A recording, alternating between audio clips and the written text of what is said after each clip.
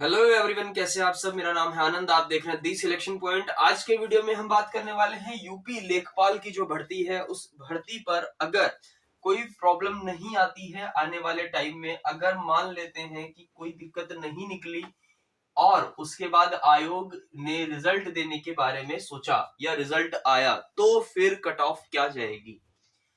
किसी एक पहलू को लेकर बात नहीं करेंगे, सारी चीजों को ध्यान में रख के बात करी जाएगी।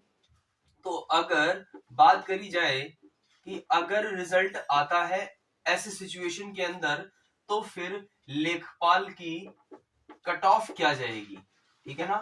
क्या होगी लेखपाल की कट ऑफ, क्या जाएगी, इस पर बात करें। तो इससे पहले हमें ये जानना होगा कि जो हमारा लेखपाल का एग्जाम हुआ है, कितनी क्या वैकेंसी थी, कितना जो डेटा है वो हमें थोड़ा सा एनालाइज करना पड़ेगा। तो एक बार हम ये देखते हैं कि सबसे पहले वो स्टूडेंट कितना था जिसने इस एग्जाम में फॉर्म अप्लाई किया था, ठीक है ना। तो जो कुल फॉर्म पड़े थे, मैंने पूरा डेटा लिख रखा है, पूरी एनालिसिस राइट कर रखी है एक कॉपी के ऊपर, ठीक है ना। ये देखो है मेरे पास, मैंने सब यहाँ पर नोट कर रखा है। तो अगर हम कुल फॉर्म की बात करें तो इसके अंदर टोटल फॉर्म पड़े थे 13,90,305।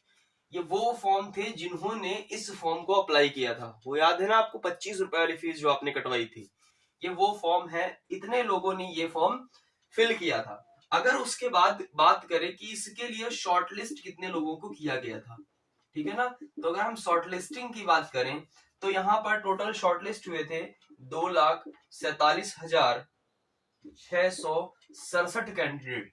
इतने लोगों ने फॉर्म फिल किया, अप्लाई किया कि हमें फॉर्म मतलब हमें देना है पेपर, और फिर इतने लोगों को शॉर्टलिस्ट किया गया। ये उस टाइम पर अप्रोक्सीमेट 30 टाइम्स थे, ठीक है ना, एक सीट के अकॉर्डिंग। क्यों? क्योंकि हमें पता है कि जो टोटल पदों की संख्या थी वो 8,085 थे। कितने थे? 8,085। अब अगर ये सारी चीजें हमने देख ली तो अब हमें ये भी पता होना चाहिए कि पेपर कितने लोगों ने दिया था। पेपर कितने लोगों ने दिया, इसका एग्जाम हुआ, इस एग्जाम को कितने लोगों ने अटेम्प्ट किया। तो इस एग्जाम में जो लोग बैठे थे उनकी संख्या थी 2,12,000, ठीक है ना, अप्रोक्स 2,12,000 लोगों ने इस फॉर्म को मतलब इस पेपर को दिया। अब 2,12,000 तो ऐसे लोग थे जिन्होंने इस एग्जाम को दिया। देन बात आती है कि सारे कैंडिडेट नौकरी चाहते हैं और क्या ही चाहेंगे, देन सब नौकरी चाहते हैं।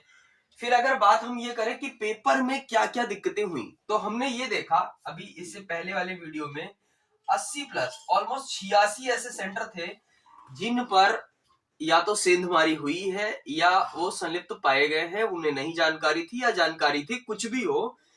तो ऐसे 86 सेंटर को जो है ब्लैकलिस्ट किया गया है, उन पर जांच चलेगी, अच्छे से जांच होगी। और क्या क्या होगा अभी कुछ कंफर्म नहीं है, 3 से 4 महीने ऑलमोस्ट ये डिले है एग्जाम, अब एग्जाम नहीं, रिजल्ट डिले। देन अगर ऐसी सिचुएशन में, इस सिचुएशन के अंदर अब रिजल्ट आता है तो क्या होगा। तो देखो 2,12,000 में से अगर हम ये मान लें कि 15,000, जैसा कि पहली बार में कहा गया था कि 15,000 जो कैंडिडेट है उसने टेम्पर किया एग्जाम को, ठीक है ना, अगर उसने सेंधमारी करी है तो हमारे पास पद तो 8,085 ही है। अच्छा, अगर 15,000 थोड़ी देर के लिए हम मान लेते हैं सेंधमारी वाला है, तो ये कितनी कटाव बढ़ा देगा। तो देखो अगर ये ऐसे हैं लोग एग्जाम के अंदर, तो आप ये मान लो कि कम से कम 5 नंबर कट ऑफ इंक्रीज करेगी, इससे कम नहीं होगी, 5 नंबर जरूर इंक्रीज कर जाएगी कट ऑफ। तो अगर कट ऑफ 5 नंबर इंक्रीज करती है तो फिर कट ऑफ का सिनेरियो क्या बनेगा, कितनी कट ऑफ जाएगी, क्या सिचुएशंस होंगी। देखो कट ऑफ जब भी बढ़ती है ना, तो ऐसा नहीं है कि केवल जनरल की ही बढ़ती है, फिर वो ओवरऑल पूरी बढ़ जाती है कट ऑफ, ठीक है ना।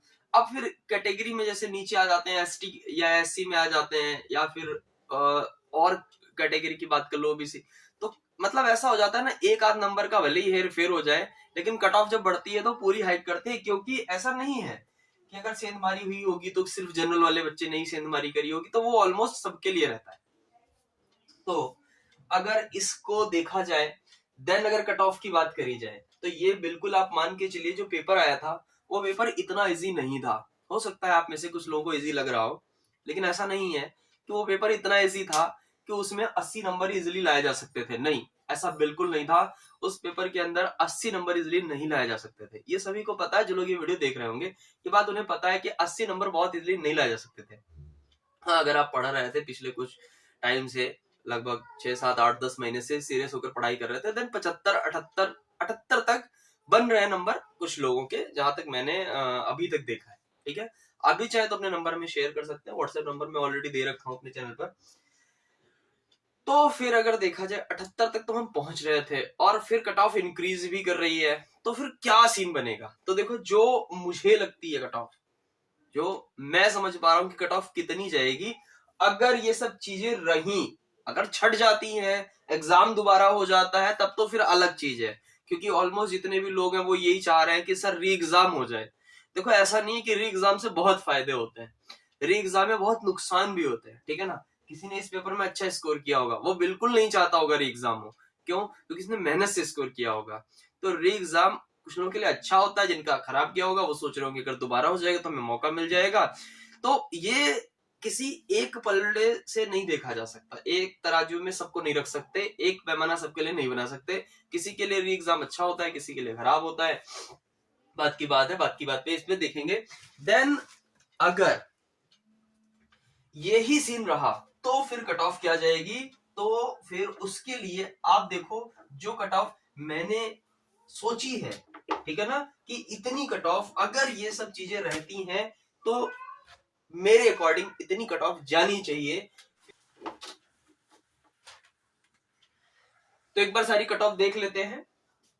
सब कुछ जैसे कुल फॉर्म बता दिए, पद बता दिए, इनको ध्यान में रखकर कट ऑफ सजेस्ट करेंगे। ये बड़े इंपॉर्टेंट लोग हैं जो भी हैं यहाँ पर।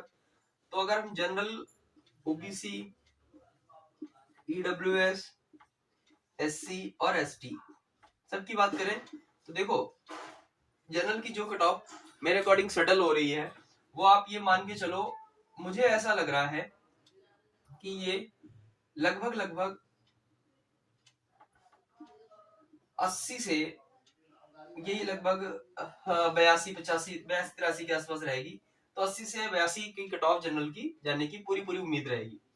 देन अगर ओबीसी की बात करें तो हम 2 मार्क्स ओबीसी को कम करेंगे, तो ये आपकी कट ऑफ लगभग 78 से 80 के आसपास सेटल होनी चाहिए। और अगर फिर ईडब्ल्यूएस की बात करें तो हम फिर अगेन 2 से 3 नंबर कम करेंगे ऑलमोस्ट, क्योंकि इन तीनों में बहुत बड़ा गैप आपको देखने को नहीं मिलेगा। यहाँ आपको बहुत बड़ा गैप देखने को नहीं मिलेगा। सेम फीमेल कैंडिडेट्स के लिए भी रहेगा, उनको भी यहाँ बहुत बड़ा गैप देखने को नहीं मिलेगा। हो सकता है कि फीमेल कैंडिडेट जनरल के पास ही सेटल हो रही हो आगे, ठीक है ना। अगर फीमेल कैंडिडेट, हो सकता है कि आप यहीं आ रहे हो, यहीं पर इसी जगह पर आके सेटल हो रहे हो। देन अगर ईडब्ल्यूएस की बात करें तो आप 2 मार्क्स और कम कर लीजिए, तो ऑलमोस्ट 75 से 78 के बीच में डब्ल्यूएस की कट ऑफ जानी चाहिए ऐसे। हाँ, एससी और एसटी में थोड़ा सा गैप देखने को मिलेगा। जैसे अगर एसटी की आप बात करो तो ये आपको मिल सकती है देखने को 72 नंबर, ठीक है ना, 72 से 75 देखने को मिल सकती है। और अगर एसटी की बात करें तो एसटी आपको लगभग 65 प्लस देखने को मिल जाएगी, ठीक है ना। तो अगर 65 नंबर तक आ रहा है, 65, 65.5 तक बन रहा है, देन ओके। तो कुछ इस तरीके से कट ऑफ सेटल होने की उम्मीद रहेगी। कब? किस चीज को ध्यान में रखते हुए? इस चीज को ध्यान में रखते हुए, ठीक है ना। आगे क्या होगा, कैसा एग्जाम, अगर री एग्जाम होता है तो क्या होगा, क्या अपडेट्स आएंगी, क्या होगा, उसके लिए आपको चैनल पर बने रहना होगा। और चैनल को सब्सक्राइब जरूर करिए, लोगों के साथ वीडियो जरूर शेयर किया करिए।